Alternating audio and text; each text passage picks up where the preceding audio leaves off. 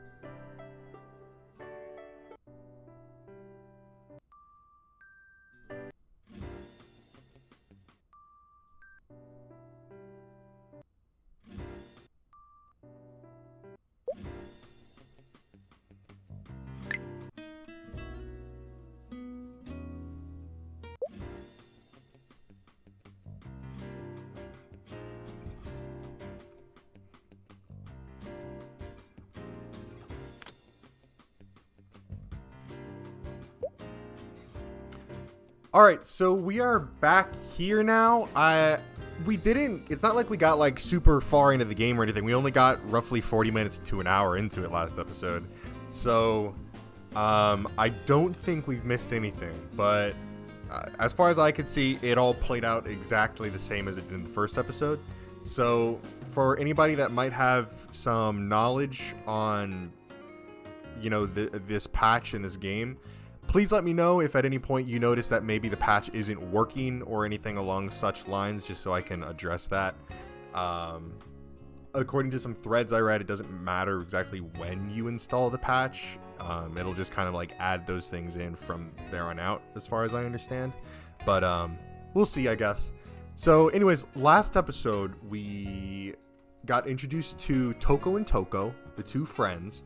We got introduced to our main girl. I completely forget her name. She had a friend whose name was like Tsutsuru Miruri or something like that. It was some crazy fucking difficult name to pronounce. And we're now playing as the brother of the girl we started at. It's a whole lot of stuff. Anyways, we are a detective, or at least a private investigator, and we're just kind of going around. So last time we visited Moonworld, which is a little cafe that has a very attractive woman in it, might I add. So we're just kind of making our way through. I was also notified in the comments that this whole setup here will act as basically an evidence list, and that this game can be very particular regarding which routes you end up going down depending on how you piece together these crimes. So so we'll see what happens. Let's go to the park. A short way south of Kijochi Station was a pond enwreathed by trees. This was Inokushita Park. There were few to no people around, probably because it was winter, a weekday, and getting late. Naturally, there were no food stalls present either. Shame. I'd been craving some takoyaki. さて I hadn't come to take a break. The shooting I was investigating took place not far from here. Heck, the factory in question was visible between the trees. I took out a sketch of the crime scene the police had provided me and compared it to what I was looking at. こりゃ厳しいな。 Maybe I'd been jumping the gun to assume this was the work of some gangsters. Oh. I turned towards the splash I'd suddenly heard. Ripples spread from the center of the pond. Had something fallen in? I spotted a man with a popped collar on the opposite shore, hoofing it. あいつは Something smelled fishy. Ptumts. I prepared to give chase, only to stop when I realized where he was going. Isn't that? I glanced back at the pond again. The ripples had already faded. There was no way anyone could reach the center from the shore no matter how hard they tried. 寒中水泳なんぞできるわけねえだろ。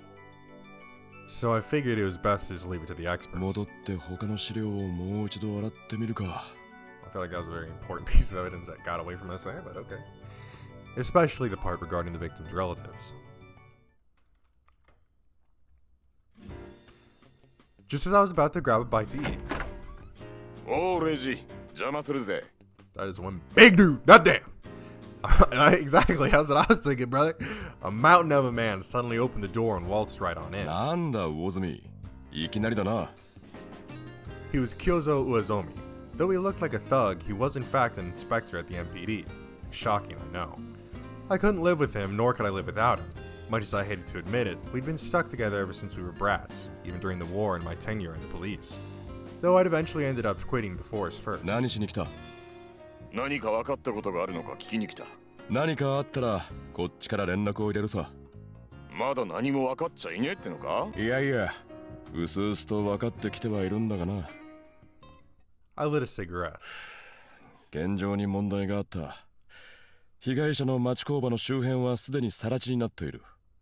そこで発砲などあれば、どうしても周囲に響き渡る。 So the body was left there then. まあ、そうだな。現に付近の住人も発砲音を聞いている。だろう？何事かと思って外に出た人もいるだろうな。現場から立ち去る人影を見た奴はいるのか？ Uezomi shook his head. 目撃者がいれば、てめえに捜査なんぞ頼まん。顔は見えなくとも、背格好である程度は犯人を割り出せるだろうからな。 The ashes of my cigarette fell into the tray. 警察に通報したのは被害者の家族か？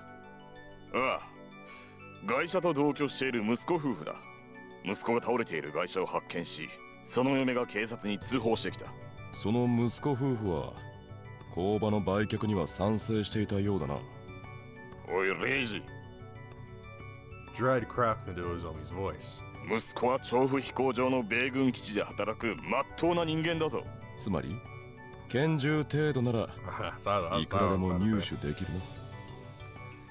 I stubbed out my cigarette. 確か今年中に米軍基地の一部が返還されるだろう。そうすりゃそこで働く人間は大幅に削られる。 Uezomi stroked his well-defined chin. いや、しかし証拠がない。井の頭公園の池をさらってみな。俺の予想が正しけりゃいいもんが出てくるぜ。わかった。鑑識に伝える。 Uezomi headed for my phone. While I always credited him for being quick on the draw, he did realize that it was going straight into my phone bill, didn't he? Would it have killed him to ask first? おレイジ、もう一件仕事を受ける気はないか？宗教絡みの詐欺師の調査なんだが。 Uezomi asked as he covered the receiver. そういうのは上野の探偵に回してやれよ。危険が少ない仕事を探しているようだったからな。 A fellow detective from my police days had come to mind. 初体を持ってから守りに入ったのか？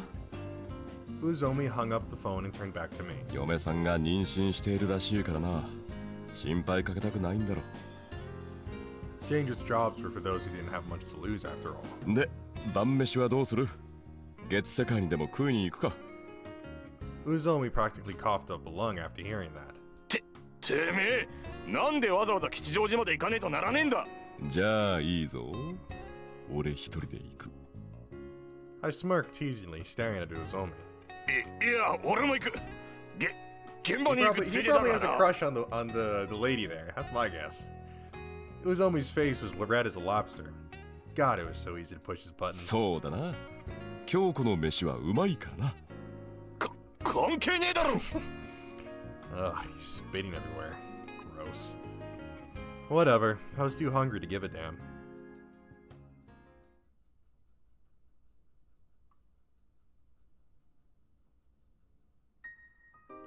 Hatred. It was what consumed my every waking moment. I hated people, myself, everything in the world, and above all else, my mother. Why did I have to be born into such a filthy world?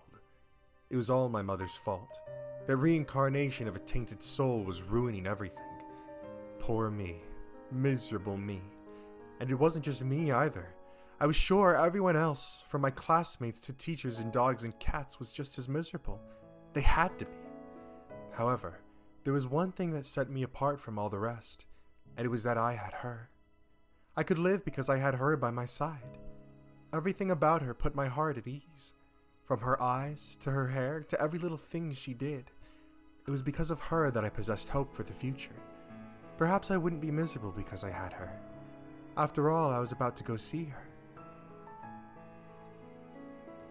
The moon was beautiful.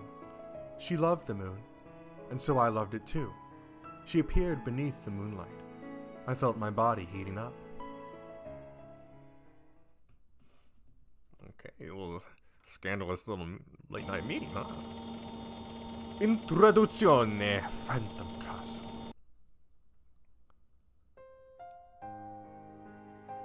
God damn, that's bright. おぼろげな幼い頃の思い出。一日中絵を描いていた。白い紙なんてなかったから、古新聞を広げて、印刷された文字も気にせずに、ちびた鉛筆で描いた。何を書いていたかは覚えていない。きっとその頃の私に聞いても答えられなかっただろう。I might have said this already, but I'm pretty sure this is Toko speaking. ただ書くことが楽しかった。Pretty sure it's Toko.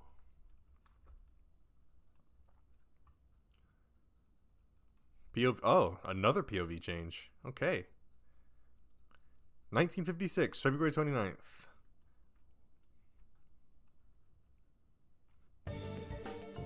Uzomi's bloodshot eyes and twisted scowl betrayed his irritation at being summoned to Inokashira Park first thing in the morning.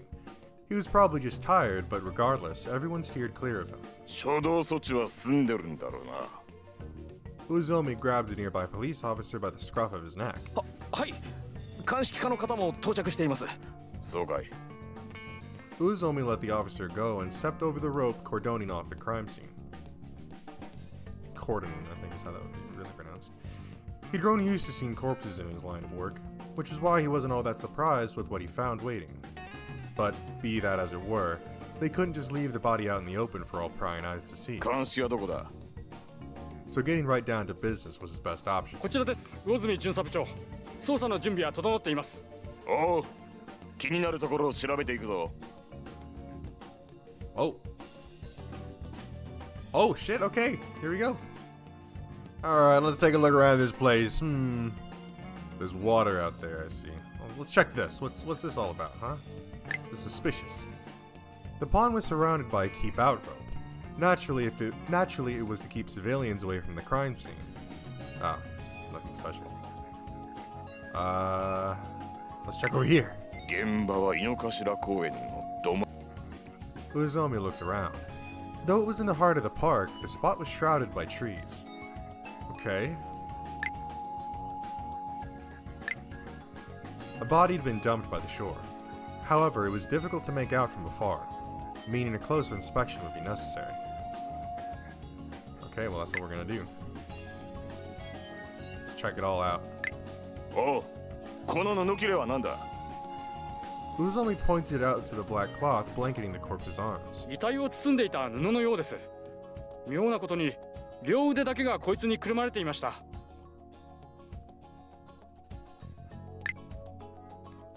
And nothing else, huh? Okay, well, doesn't seem like we're gonna be getting much else from this. There's nothing else to look at. I'm clicking everywhere. べっぴんさんが台無しだな。 Okay, what? Oh, whatever. Though the head decayed significantly, there was still just barely enough to identify it as a girl. Her eye sockets had hollowed, a plethora of holes gnawed into her face by wriggling white maggots. Well, isn't that unfortunate? How was I supposed to... Uzomi's nose stung with a fetid stench as soon as he unfolded the cloth. 宇治まで湧いてやがる。死んでから随分と時間が経っているようだな。ウジの成長具合から見て、この時期だと2週間近く経っているようですね。The forensics officer picked up and studied a centimeter-long maggot before giving his analysis. 2週間か。その間ずっとここに仏さんがいたわけはねえな。Meaning the murder must have happened somewhere else. That's what I was thinking. Oh, wait, her legs. What did we miss? So her legs were severed from the hip down. 2 legs were sprawled across the ground. Parts of them festered with maggots squirming about. Ah, is this, I'm guessing this is probably supposed to be one of the scenes that were censored, right? Alright, so, I definitely did something wrong. I fiddled around with some of the files and I think I have it right now because as you can see here, this is clearly not what was originally there. So that's why I was having such an annoying time. I was sitting there like, why am I just clicking on these bags? Oops, ooh, I did not mean to do that. Let me turn off skip. That's why I was looking at the bags and I'm like, what the fuck is all this? Okay, so this makes a lot more sense of what we're trying to look at here. Okay. I'm sitting there like, why the, like, how am I supposed to like know to click on these if they're just a bunch of fucking bags, right? Okay, this makes sense. So we're gonna, Oh, yeah, Jesus Christ. Okay, we're back on track, baby. は So her legs were severed from the hip down. It seems to have been here for about what, like 2 weeks, or at least it's been dead 2 weeks. They're female. 足は発見時からむき出しだったそうです。 Legs were barren discovery. Anything else to check? I think that's good, right? Or not? No, that wasn't good. 現場 Oh well, yeah, I forgot I have to click through all this. Okay, that should be okay, right? No, okay. Alrighty. Anything else out here?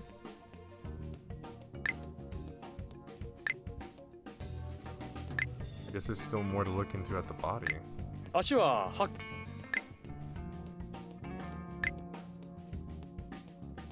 ウジの成長具合から見て、 Yeah, been about 2 weeks. 2週 Okay. 間。 Kind of catching up. 足は Legs of brand discovery. They're rotted to hell and back. The decomposed flesh exuded a foul reek. Okay. Though the body's severed limbs and head were literally haphazardly across the dirt, the torso was nowhere to be found. おう、胴体はどこだ？まだ発見されていないようです。そうか。 It'd be a headache for everyone if it had been dumped in the pond. Okay.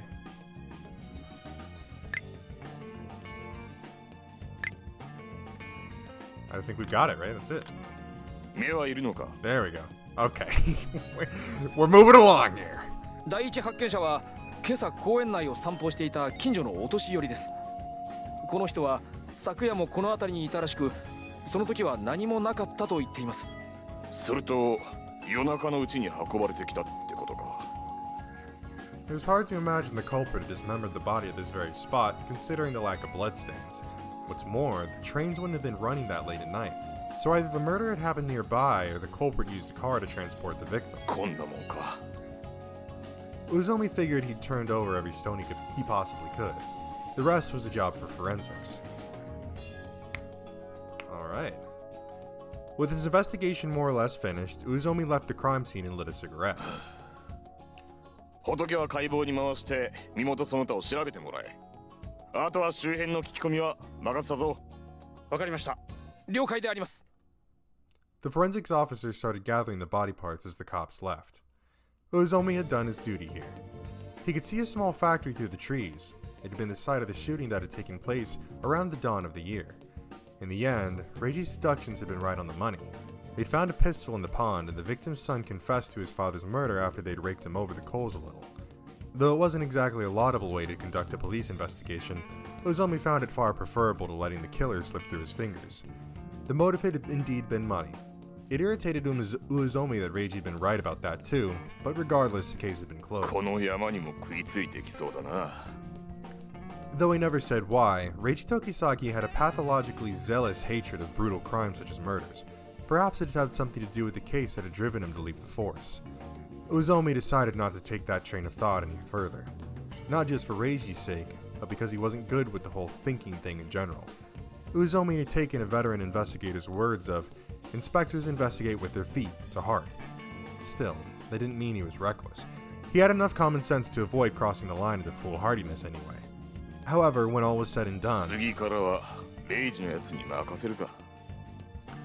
Reiji had always been the thinker of the two since they were kids. Alright, so it looks like some time has passed there. I'm not sure exactly how much time. I'd have to go back and check what those other months mentioned were. Okay, so everything's working. We're good to go. Got our first investigation in the bag. Nice. By the time Uezomi had finished questioning the locals after his on-site inspection, the sun was already setting. 腹減ったからな。 He made a point of saying that. Though he'd seen a body just a few hours before, he still had an appetite. He left his sentimentality on the battlefield over a decade ago, and his heart had only hardened during his time on the force. Uezomi weaved his bulking body through the alley north of the station until he reached a sight for sore eyes. He could forget all about work here. After all, this wasn't the sort of cafe where he could openly discuss macabre corpses. いらっしゃい、魚住くん。 Hi, Mom. Kyoko, hello. おう。 Uezomi returned his old friend's greeting and sat by the counter, silently cringing at the subsequent creaking of the stool beneath him. コーヒーでいいかしら。ああ。 Kyoko turned her back to Uezomi. His eyes were mesmerized by her ponytail swaying back and forth. 今日もお仕事だったの？ああ。 Uezomi gave a curt answer and whipped out a cigarette. He knew he'd be leaving nothing but an awkward silence between them otherwise. It wasn't long before the mellow aroma of the coffee mixed with the stench of smoke. Uezomi found the vibe here calm and relaxing, the kind of place where he could leave behind all the horrors he witnessed on a daily basis. Moonworld was his sole haven in his otherwise hectic life. お待ちどうさま。 Kyoko set a cup of coffee down in front of him with a clink. おう。 Uezomi reached for the sugar bowl and dumped spoonfuls of sugar into his coffee. Though he wouldn't say he had a sweet tooth, he and coffee just didn't go together without something to offset the acidity.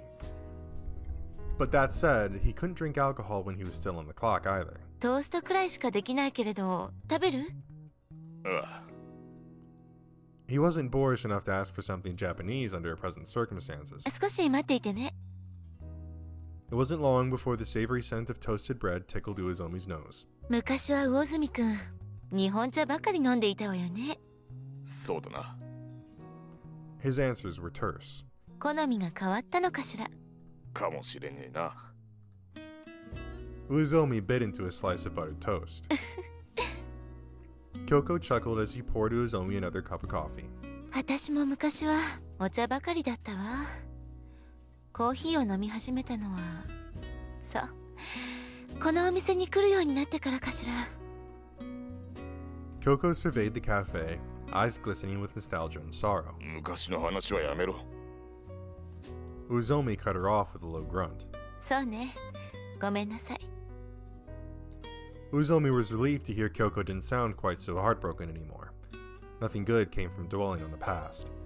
Though memories were supposed to glamorize with time, Uezomi and his friends only found their past lingering stronger and darker than ever, like the ever-approaching specter of death. Especially Kyoko and Reiji. Perhaps Uezomi had gotten off lucky compared to them. He hadn't lost that much after all. 帰る。邪魔したな。邪魔だなんて。また来てね、魚住くん。Uezomi turned his back to Kyoko and waded out into the ever-darkening night. Two hasty drunkards staggered in front of him. 邪魔だ Uezomi pushed aside the quailing man and made his way toward Kichijoji Station. He envied them. He would positively kill for a drink at that moment. But he'd had enough escapism for the day. Uezomi popped his collar and marched through the frigid February air.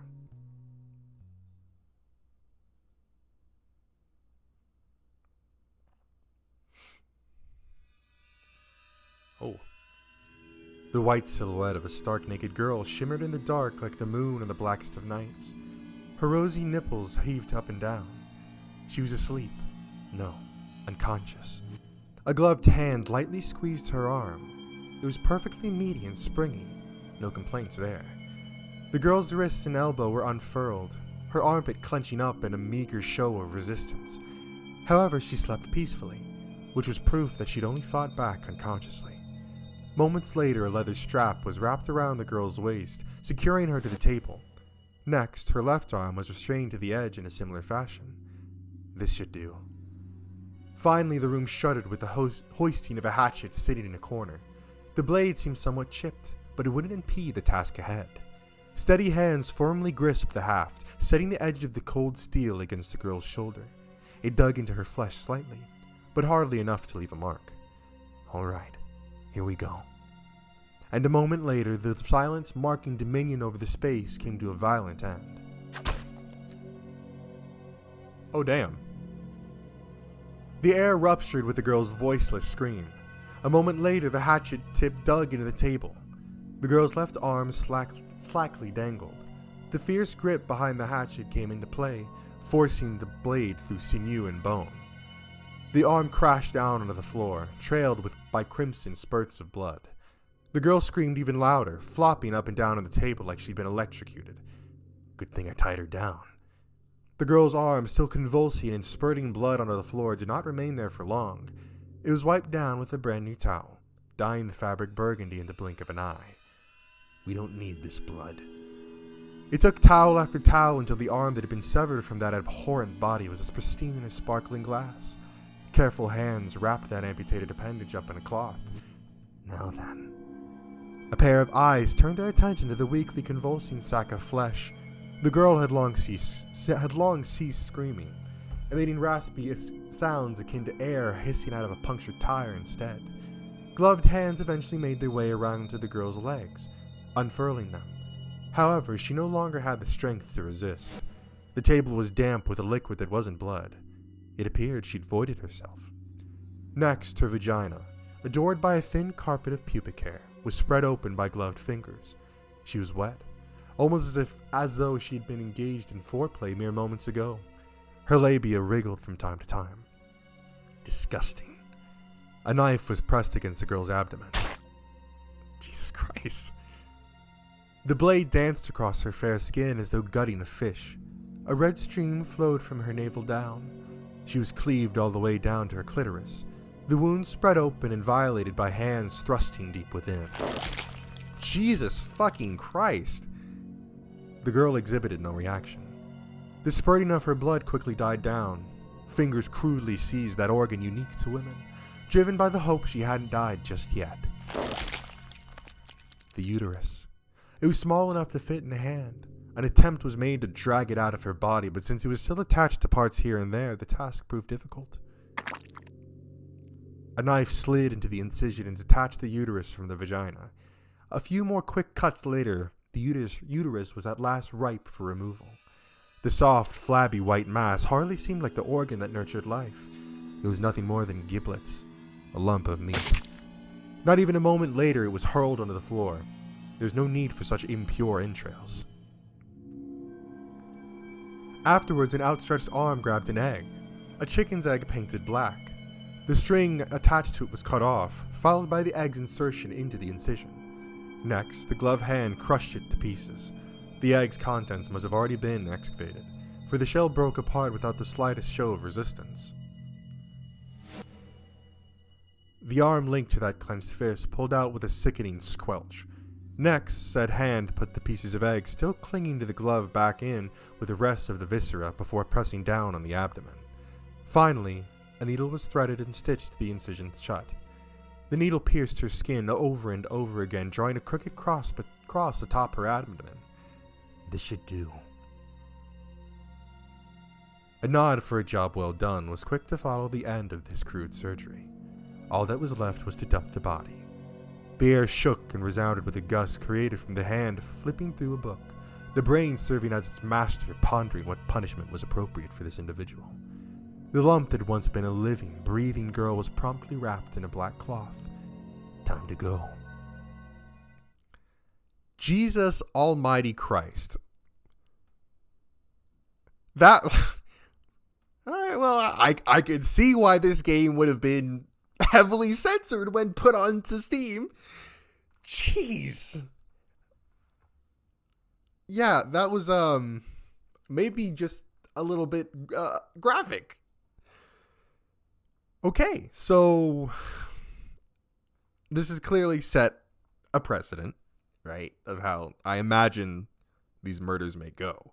We're going to find a body, we're going to do a little bit of investigation, and in between some of these scenes here, we're going to get some flashes into the mind and into the mind of the killer and into the actual scenes of the murder. So, yikes. So I'm guessing we're about to get a call letting us know that they have found the torso.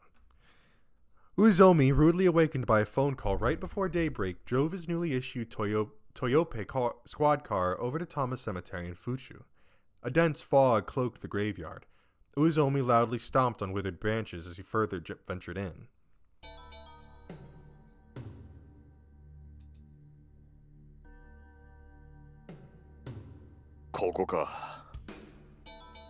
Several police officers had already gathered.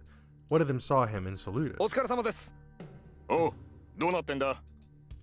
The officer gestured toward the rest of the assembly. あ、第一発見者は付近の住人です。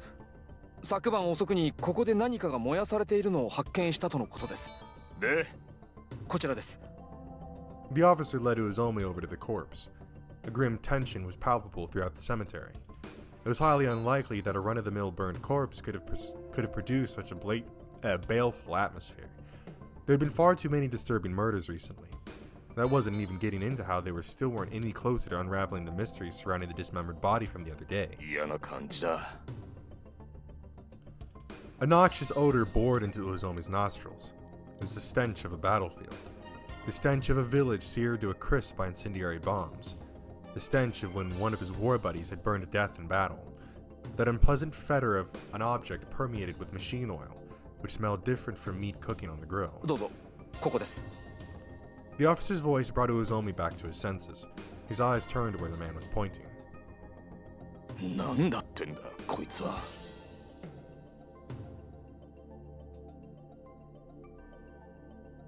That is a foot.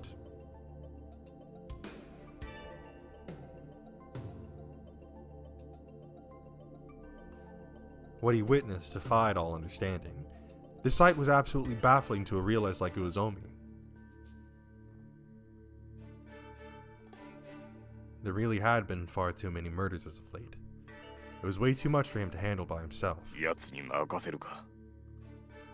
A certain detective who only ever stuck his nose into crimes like these came to mind. Yes, this case was perfect for Reiji Tokisaka. Alright. Well, events have definitely been set in motion here.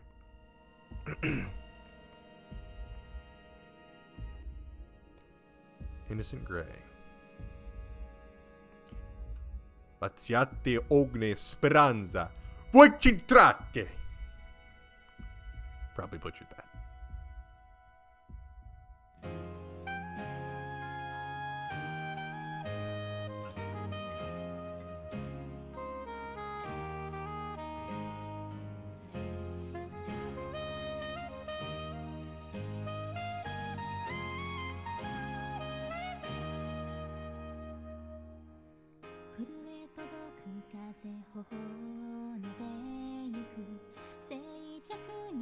赤子のように抱え込み離さなかったカゴはたやすく崩れ去る Little opening movie here.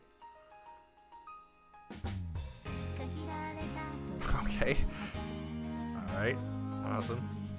Got that. Yeah, that's uterus. Alright.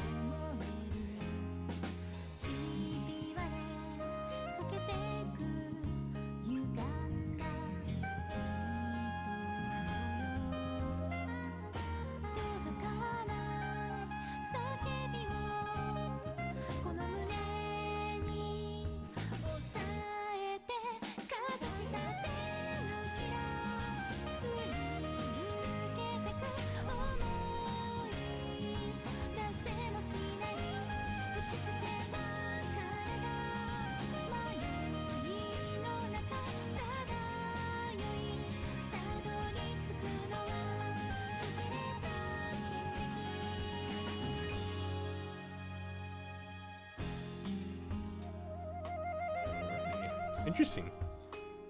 So, just from that little bit there, just from this whole little introduction, I'm gonna kind of throw out my theories here. So, clearly, I think that this is gonna be somebody who's specifically targeting girls, probably young girls, which may be a reason that we end up getting involved with all of the girls at Reiji's sister's school, right? Like they'd be prime targets. 初めて絵筆に触れたのはいつだったろうか。父が所持していた古くて筆先が固まったものを見つけたのが最初かもしれない。当然絵が描けるはずもなく、ただ振り回していただけだった気がする。きちんとした絵筆を手にしたのはずっと後。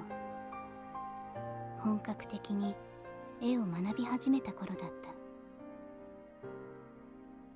た。新たな世界が開けたと思った。現実とは異なる鮮やかな世界。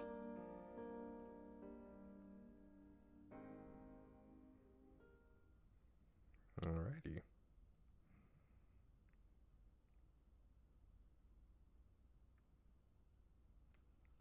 March 3rd, so we've jumped a couple, probably about a week, right? And we're back to Reiji. I, Reiji Tokisaka, was drafting a report at my detective agency in the heart of Shinjuku. I summarized the details of the case with a cigarette in my mouth and the occasional swig of whiskey. The case in question had been rather standard, all things considered. A rich man was murdered and his son was arrested. However, the son kept claiming innocence.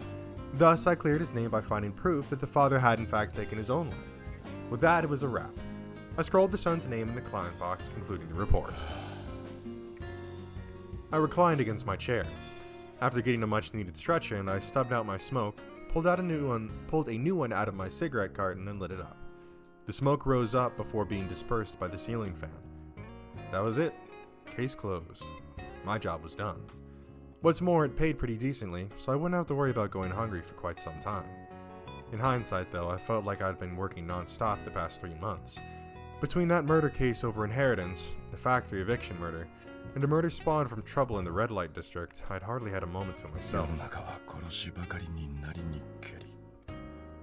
I spat those words out with a puff of smoke. Sad as it was to say, the world had degenerated into a rather savage place. Yet ironically enough, it was the very facet of it that provided a living for people like me. After all, where would detectives be without the misfortunes of others to feed upon? Yeah, when you start thinking like that, you probably could use a vacation, huh? Fortunately, I had no other cases on my plate at the moment. Going home and letting my hair down was sounding really appealing. What the heck am I still doing here? I quickly packed my things and left. The Tokisaka Detective Agency was located in a building that could be reached through a narrow alley behind the Iset department store near Shinjuku Station.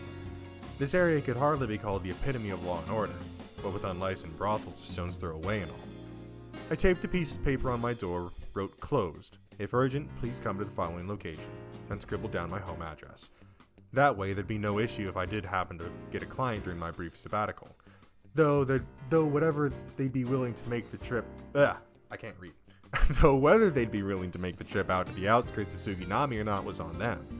I highly doubted anyone would target a detective agency with nothing valuable inside for robbery. And even if they did, it wouldn't be long before they left empty-handed in disappointment and ま disgust. だ時間は結構あるな。 I took a look at my pocket watch. Getting home was easy enough. Just a simple trip down the Seibu line to Kamishakuji. But I figured I'd take a little detour first. I passed by Kinokuniya and made my way down to JNR's very own Shinjuku station. Though it had gotten a lot warmer there lately, the passerbys were still wearing coats.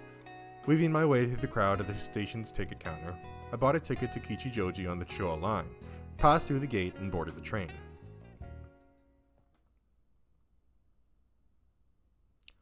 It was already 11 p.m. by the time I reached Kichijoji.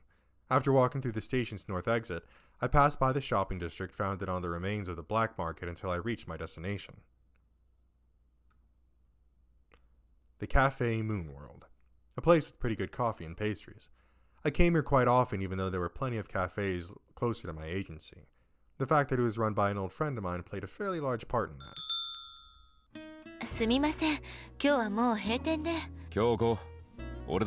あら、時坂くんだったの。The woman, Kyoko Hazuki, stopped wiping the counter when she saw my face. コーヒーもらえるか？今からだと入れ直すのに時間がかかるけど、いいかしら。Kyoko gestured to an empty coffee pot. 時間がかかるのなら、そうだな。焼酎のお湯割りでいいぞ。そう？それじゃあ、私ももらおうかな。Kyoko turned around and pulled a bottle of shochu off the shelf. 飲んでもいいのか？だって、もうお店は閉めちゃっているもの。Kyoko added some shochu to 2 glasses full of hot water. The twin liquids mixed within.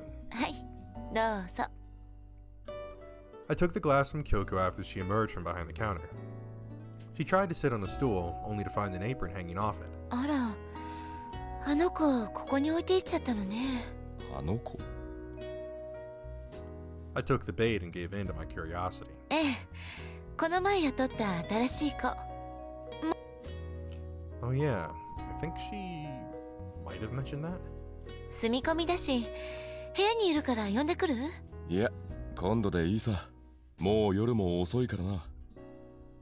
I tipped my glass and gulped down the mild shochu. そう？ Kyoko answered curtly before sipping her own concoction. おいしい。そりゃ、カストリ焼酎とは違うだろうからな。当たり前じゃない。ちゃんとした麦焼酎よ。わかってるよ。I placed Kyoko after her cheeks inflated in I placided Kyoko after her cheeks inflated in indignation. あまりお酒は出ないお店だけど、それでもいいものを揃えているんだから。わかってるさ。まさか、このくらいで酔うわけないじゃない。Kyoko glanced down at her glass as she spoke. 酔いたい気分になることはあるけれどね。Her voice was barely a whisper. そうだな。I nodded.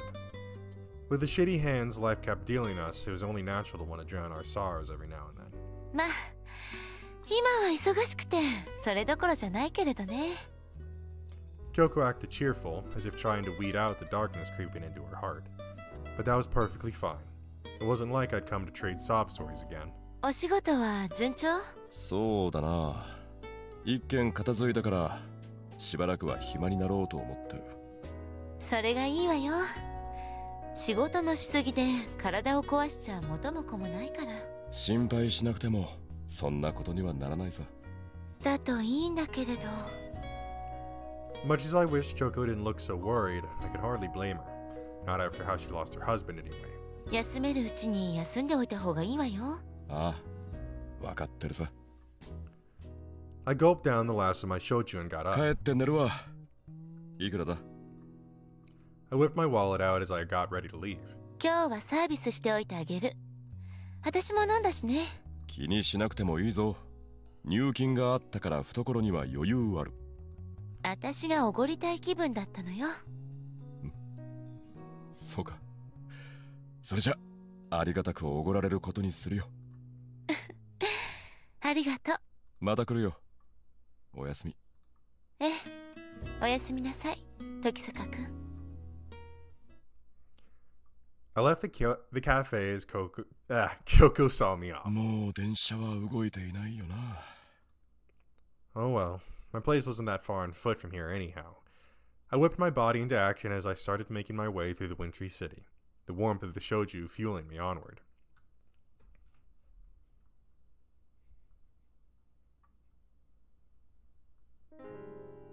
Oh, here we go again. I truly did love her. I loved everything about her.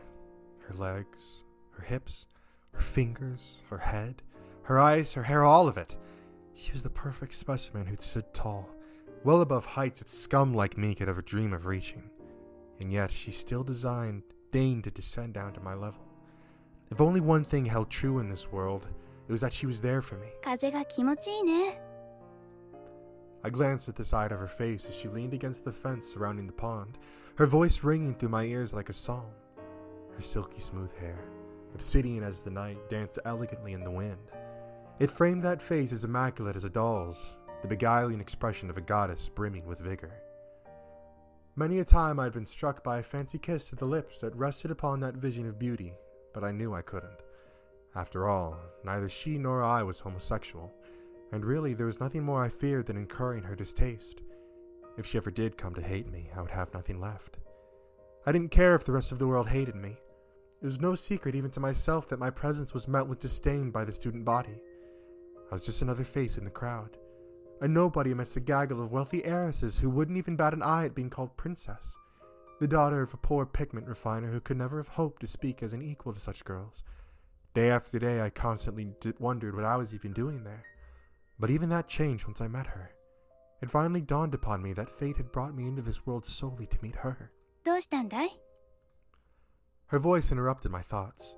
Though her voice was clearly that of a maiden, her choice of words was those of a man.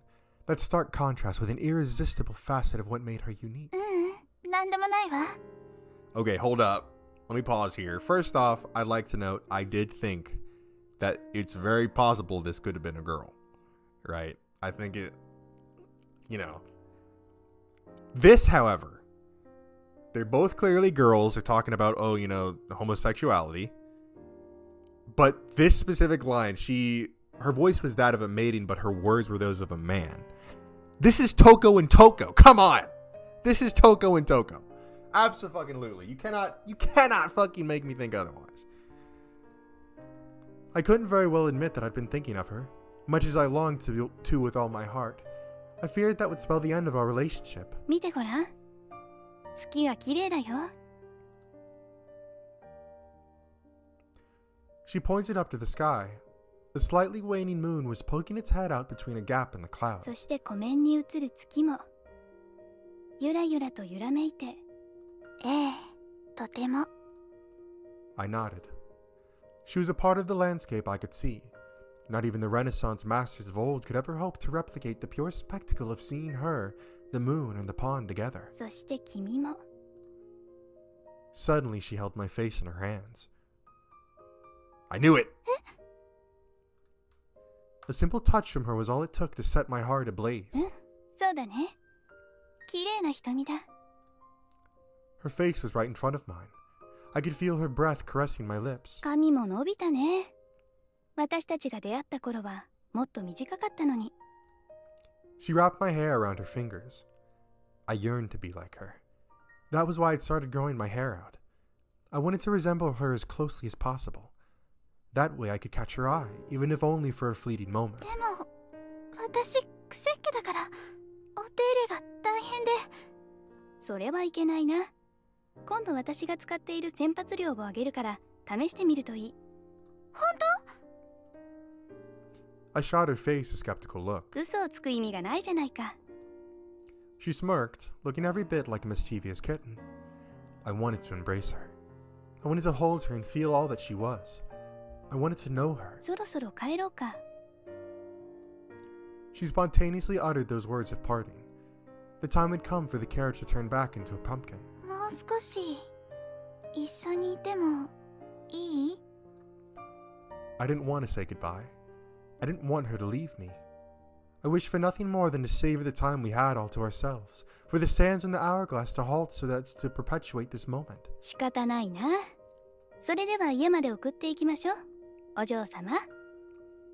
And with that playful jab, she took my hand and gave me a little peck on the fingers. That simple little gesture drove me to paralysis so profound that I couldn't even so much as look her in the eye.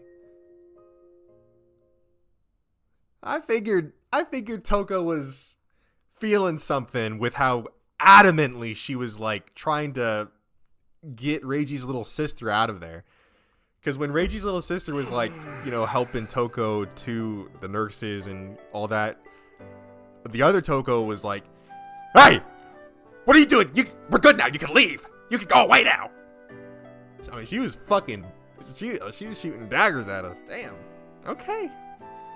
So Toko's getting a little bit freaky. I sat up in my futon and stretched out as soon as I woke up. I'd gone to bed right after getting home late last night. My every pore had sagged with exhaustion, though I couldn't tell if it was from all the stress of work or if it was simply because I was beat from the drinking and walk home. Either way, I felt alive again. I checked my pocket watch on my desk to find that it wasn't even 8 a.m. yet, just as I was considering lazing around in bed all day. My senses were overwhelmed by a savory aroma wafting in from the kitchen. My stomach growled greedily not even a moment later. 朝飯できてるのか。 But right after I got on my knees and was about to grab the door, it slid open on its own. おはようございます、兄さん。ああ、おはよう、ゆかり。 Yeah, Yukari, that's the name. My sister Yukari loomed over me. 朝食はいりますか？ 腹は減っているな。 Hardly any point pretending otherwise. そうですか。でもその前にきちんと着替えてくださいね。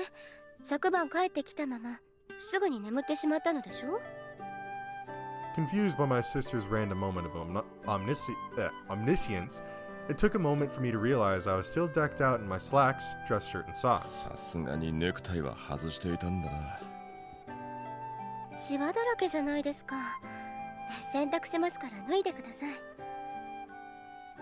Yukari reached for the buttons on my shirt. 自分でするからいいって。 I doubted I'd ever live down the shame of getting stripped by my sister. 兄さんの服はそこにありますから。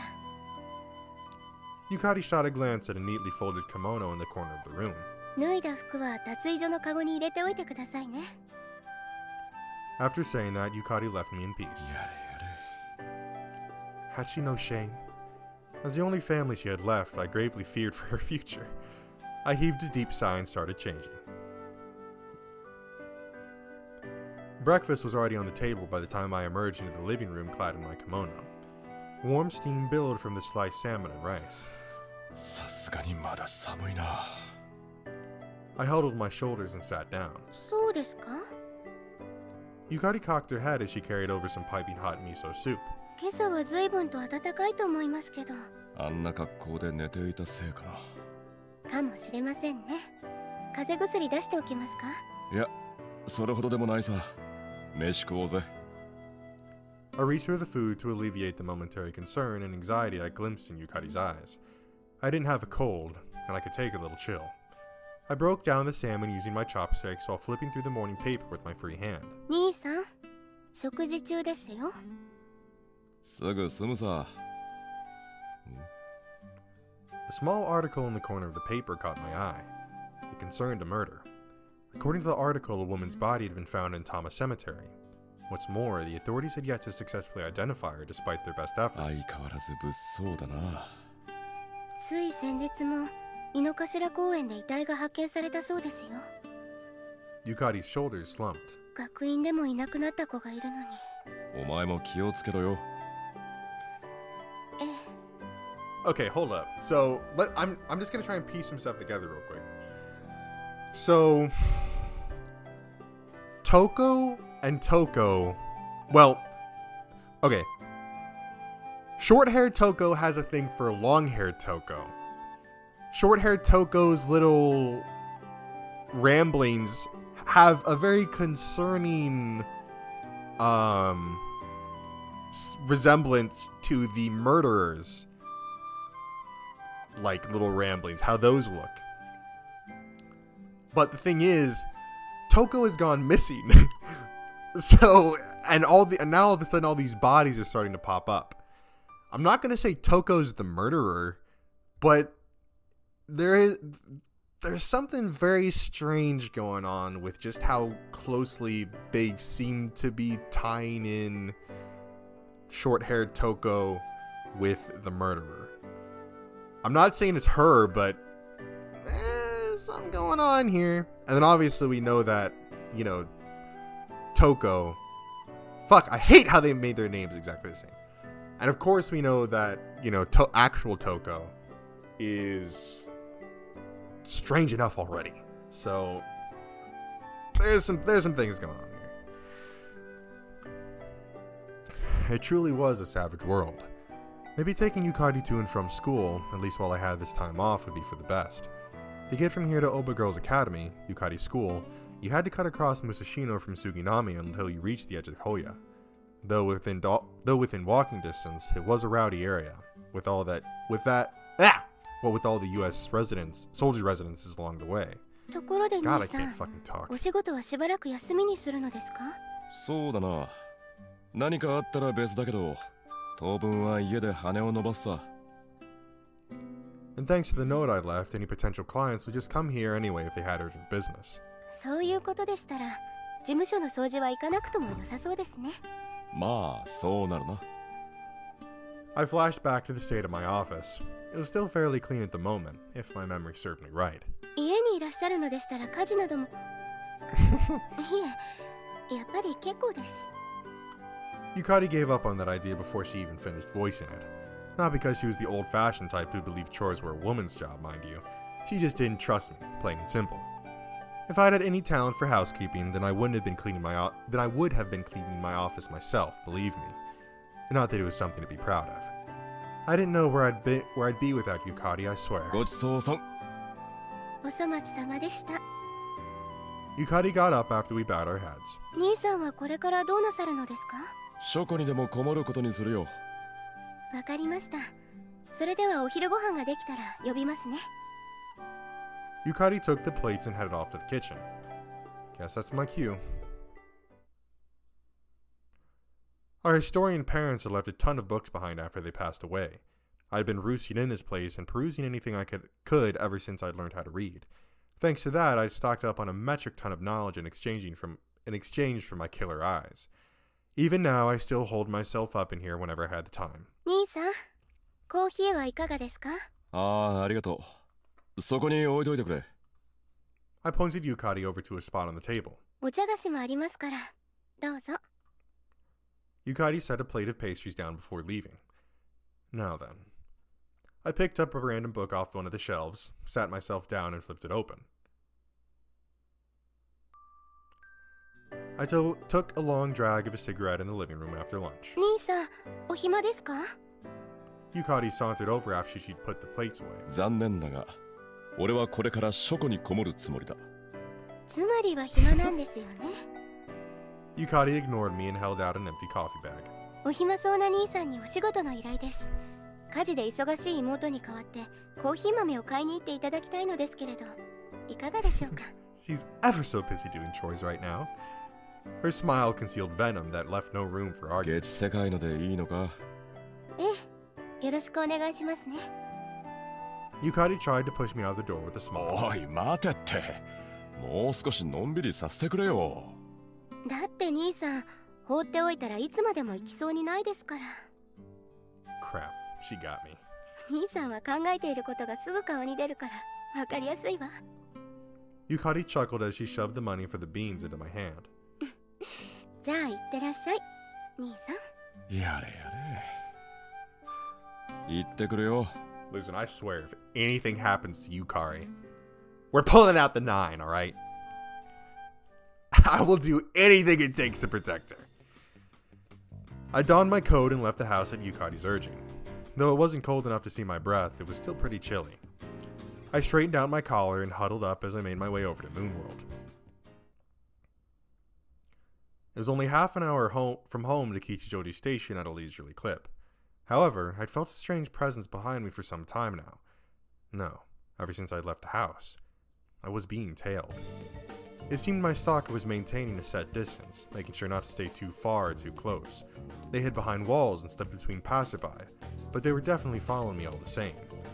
I hadn't turned around to check, so I had no idea who it was. Maybe it's time to give him the slip. Moonworld wasn't too far from here, but it seemed dangerous to let my stalker know my destination. So I decided to pass through the station and head for Inokishada Park. I could probably shake him up by taking a lap or two around there. I pushed my way through the crowd as I entered a narrow alley in the remains of the black market, taking care not to tip off my pursuer. I finally reached Inokishada Park after traversing the local alley several times. The place was full of families and pairs who appeared to be couples. It made sense, what with it being Sunday and all. I no longer sensed anything strange behind me. Surely I'd shaken it by now. I took a look back just to be safe, but saw no one suspicious. Not that I even understood why anyone would tell me to begin with. Still, I had ended up wasting a lot of time and energy thanks to them, so I figured I should take a little breather first. I headed deeper into the park, the crowds growing sparser and quieter with distance. This was a spot I frequented whenever I wanted to kill some time. Hardly anyone ever visited the area, making it a great location to help gather my thoughts, plus the perfect place to take a nap. Not that I plan on getting any napping done in the crisp March air, of course. A girl was sitting on a bench that commanded a fabulous view of the pond, her long ebony hair quietly dancing in the breeze. She appeared to be wearing a school uniform. Must have been a student then. The uniform was white, an oddity in this day and age. Thanks to that, I recognized it right away. That was an Oba Girls Academy uniform, the same place Yukari went. It was hard to believe she'd be in this place all by herself, considering the school's strict regulations, yet there she was regardless. Just then, she suddenly turned around. And it's Toko. Her voice was light and clear as a bell.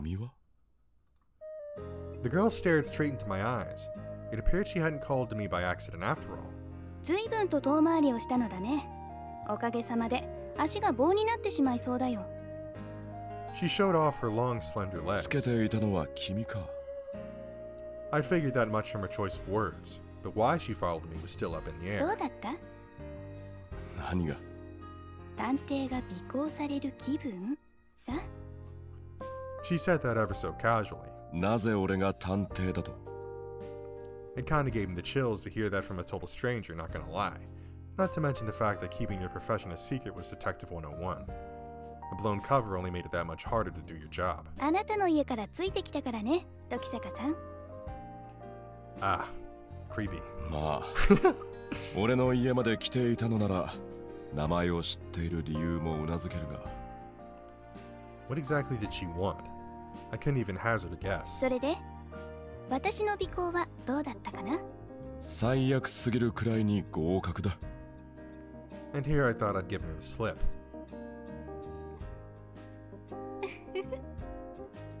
The girl giggled and rose from the bench. A moment later, she faced me with a gesture that belied her weight. 朽木瞳子。え？私の名前。The girl, Toko, turned her back to me with a swift spin. Toko Kuchiki. A winter that decays trees. What an ephemeral and transient name. Funny thing was, even though we just met, I felt like the name was a good fit for the delicate girl. いつ果てぬともわからぬ。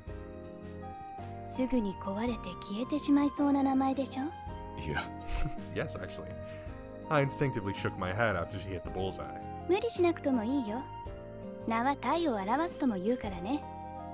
私にぴったりの名前。そこが好きなんだ。Toko's voice rang like a chime again. Though her choice of words was wanton, her voice was unquestionably a girl's. ところで、俺に一体何の用事があるんだ？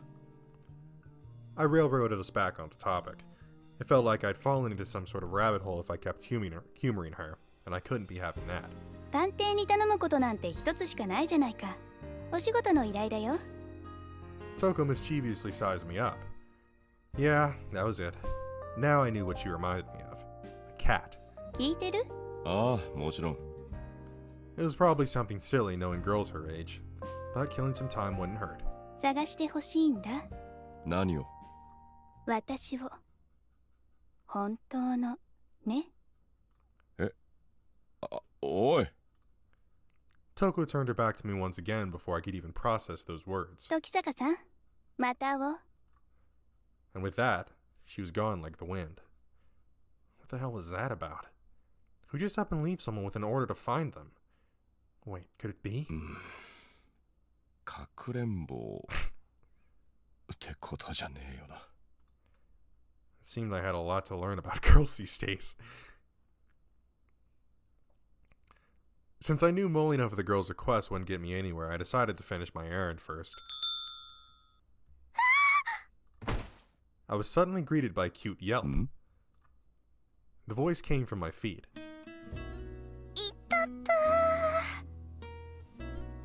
Hello there. Oh, I'm so sorry I bumped into you. A girl who was sprawled on the floor. 誰？ I'd never seen her before. いらっしゃいませ。 The girl bowed her head, backside still seated firmly in place. It seemed she'd fallen, judging from the tray and drinking glasses nearby. 大丈夫かな？申し訳ありません。 I helped her to her feet. The girl started gathering up the tray and drinking glasses. 何か。新しく雇ったって子か。 Kyoko did mention she was enlisting some help, come to think of it. 雨宮初音と言います。以後よろしくお願いいたします。 Amemiya! よろしく。 She was bowing so low that I couldn't help but do the same. こちらのお席へどうぞ、お客様。ありがとう。 I took a seat at the counter at Hatsune's behest and sighed.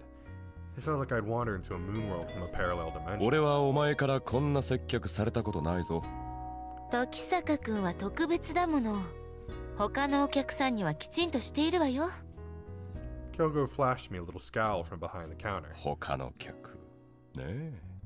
I'll believe it when I actually see any other customers. I craned my neck and took stock of my surroundings. Hatsune was around cleaning, but otherwise the cafe was deserted as the Mary Celeste. 今はたまたま空いている時間なのよ。わかってるさ。 If the place were always as dead, then she could never afford to hire new help, favor for a friend or not. コーヒーでいいかしら？ああ。それと豆も頼む。あら、ゆかりちゃんのお使い？ Kyoko giggled as she brought out a jar full of coffee beans. 今日はね、ブラジルブルボンのいいのが入ってるのよ。高いんじゃなかったか？ Or so I'd heard anyway. でも美味しいわよ。 Kyoko paid me no heed and started weighing the black beans. 安いのにしてくれよ。 Kyoko put her task on hold and contemplated my request for a second. じゃあ、量を少し減らして、お値段もおまけ Why して don't お I いてあげる give わね you。less so you can pay less? そいつは助かる。 That's my kind of deal. Better than settling for cheap and crappy beans at least. 探偵の仕事、お休み中で厳しいのかしら？いや、そういうわけじゃ。何ですか？ Hatsune's hysteric shout made me wince on instinct. 初音ちゃん、お客さんに失礼でしょ？時坂くんだからいいけれど。Kyoko chided Hatsune. At least I think she did. すみません。探偵が珍しいのかい？ I took pity and threw Hatsune a bone. いえ、そうではなくて、私がお世話になった人が上野で探偵業を営んでまして。上野？ああ、あいつか。There was only one detective in Ueno who came to mind. Damn, talk about a small world. 私にいろんなことを教えてくださったんです。I wonder if she knew that statement could be grossly misinterpreted. Nah, on second thought, I wouldn't put it past that guy. 文字の Oh 書き God. 方だって教わったんです。 Hatsune's face flushed over ever so slightly. That told me everything I needed to know to fill in the picture. あいつがね。下心なしでそんなことしそうにないんだがな。そんなことありません。ちゃんと優しかったんですから。 Hatsune was getting all worked up. そういうところに惚れたってことか。俺、そんなことは。時坂くん、あまり意地悪しちゃダメよ。Kyoko jumped to the rescue after Hasane's face practically began melting, though I'd been planning on letting it go anyway, so I was grateful for the convenient sage. この子ウブなんだから。 Sage, Jesus. 京子さんまでそんなこと言うんですか？もう。 Hatsune inflated her cheeks and started sulking. But man, she knew that guy, huh? 奴とはどこで知り合ったんだい？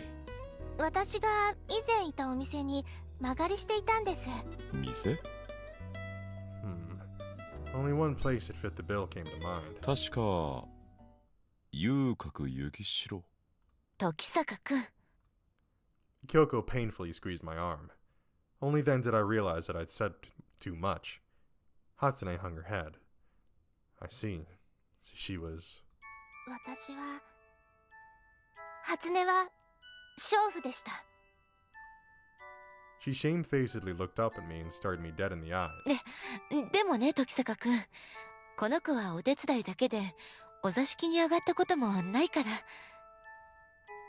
Kyoko put a hand on Hatsune's shoulder and came to her rescue again. Hatsune looked at me as her face quivered, eyes glistening on the verge of tears.